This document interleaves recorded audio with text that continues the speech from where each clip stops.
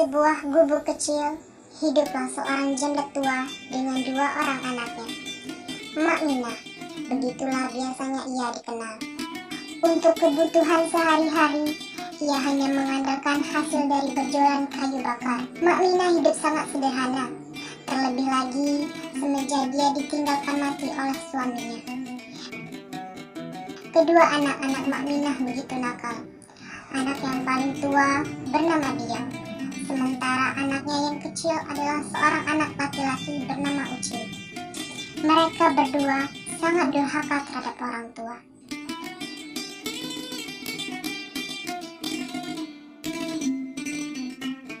Ucapan Mak Minah sama sekali tidak berarti bagi mereka.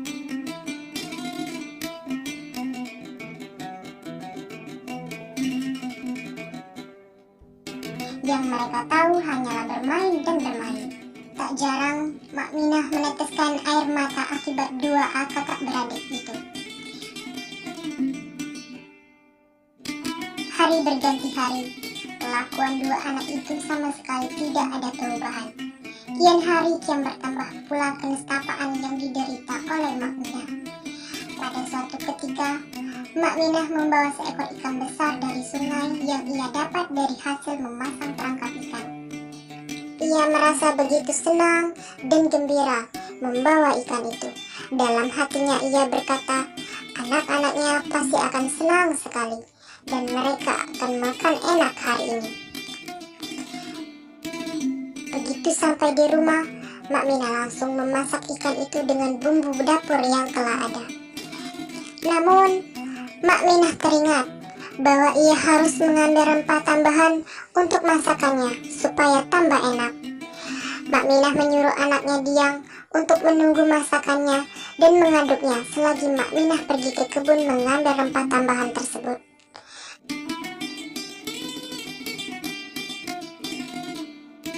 Kebunnya terletak tidak jauh dari rumah Mak Minah.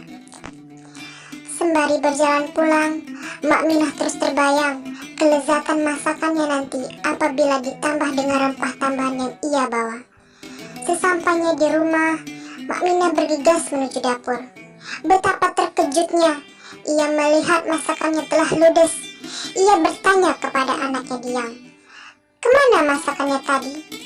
Diam menjawab bahwa ia dan adiknya Ucin telah menyantapnya dan tidak meninggalkan sedikit pun untuk ibunya. Mak Minah merasa sangat sedih dan tak percaya betapa tega kedua anaknya melakukan itu. Padahal ia belum makan sama sekali sejak pagi tadi. Dan sekarang anaknya tidak menyisakan makanan sedikit pun untuk dirinya. Mak Minah tak mampu menahan air matanya. Ia berlari ke tepi sungai sambil menangis. Di sana ia melihat batu besar dan ia berdiri di atas batu bertuah itu. Ia menangis sambil berkata dengan rintihan sedih, "Batu belah, batu bertangkup, tangkuplah aku." Setelah mengucapkan itu, suara guntur menggelegar entah dari mana datangnya. Dan seketika, dari telapak kaki hingga lutut Mak Minah sudah tertangkup di dalam batu itu. Ia kembali teringat kelakuan anaknya yang sama sekali tak menghargainya sebagai seorang ibu. Ia lalu berkata lagi, "Batu belah, batu bertangkup, tangkuplah aku, batas leher." Suara gemuruh terdengar lagi, dan kini batu sudah menelan Ibu Minah lebih dalam. Yang tertinggal sekarang hanyalah kepala Mak Minah.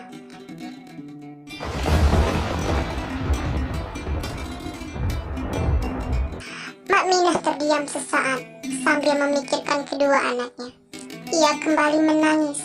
Dalam tangisannya ia berkata lagi, "Batu belah, batu bertangkup, tangkup aku, batas kepala." Dan sekarang seluruh tubuh Mak Minah sudah tertelan oleh batu besar itu. Hanya sebagian kecil dari rambut Mak Minah yang masih terlihat keluar. Sementara itu, Diam dan Ucin baru sadar jika emak mereka tidak pulang-pulang. Mereka mencoba mencarinya di kebun, namun tak ada. Ucin mulai menangis, terlebih lagi Giang.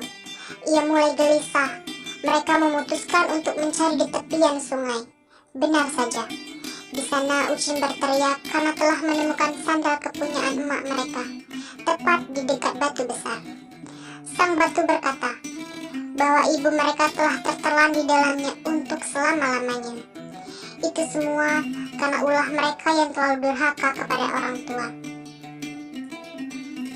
Kedua kakak beradik itu menangis sejadi-jadinya dan menyesali semua perbuatannya kepada sang emak selama ini.